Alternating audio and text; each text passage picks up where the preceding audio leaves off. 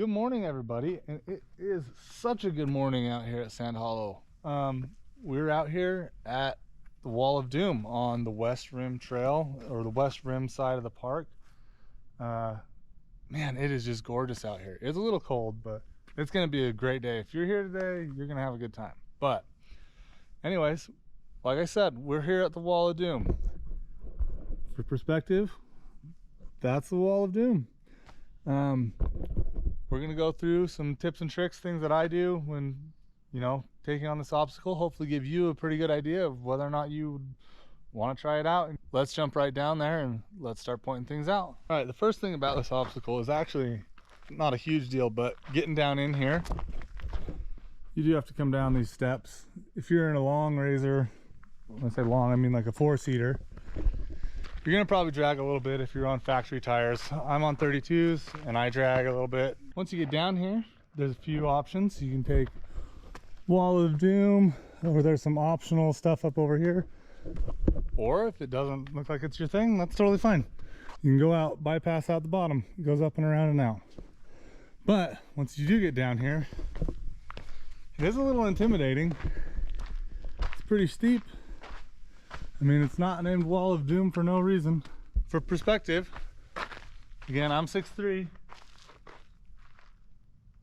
That's not short. All right, let's get the rig down here. All right, now that the machine's down here, this is just to give you another perspective of, what we're dealing with out here. That's it, all the way down there in comparison. Okay, so the biggest thing that applies to this obstacle, in my opinion, is the same thing that applies to all off-roading, and specifically these big rock climbs, and that is this: your tire pressure. Your tire pressure has to be dropped down quite a ways. I am running 9 psi in the front and 9 in the back. But if you're out here with 20 psi, man, these climbs are just really hard. The other driving technique thing that you can do, make sure you keep your feet here and you're driving with both feet so you can go smooth to the brake and smooth to the gas. But on something like this, it's very important that you keep your heels planted down on the floorboard. If you start getting your heels up, you can get like this kind of choppy effect from your whole leg bouncing, and it just gets weird. When you get tilted back in your seat, your leg lightens up and it just feels floaty. So if you just stick your heels to the ground, that gives you a lot better control and a lot better ability to transition smoothly for throttle and stuff like that. Anyways, let's go see what all that looks like when we put it together.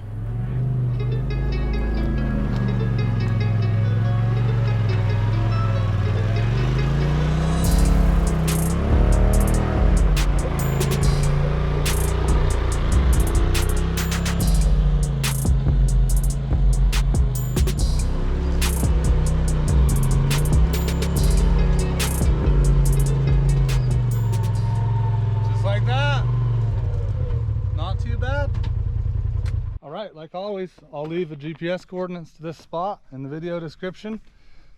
We're gonna go figure out the next one. Catch you next time.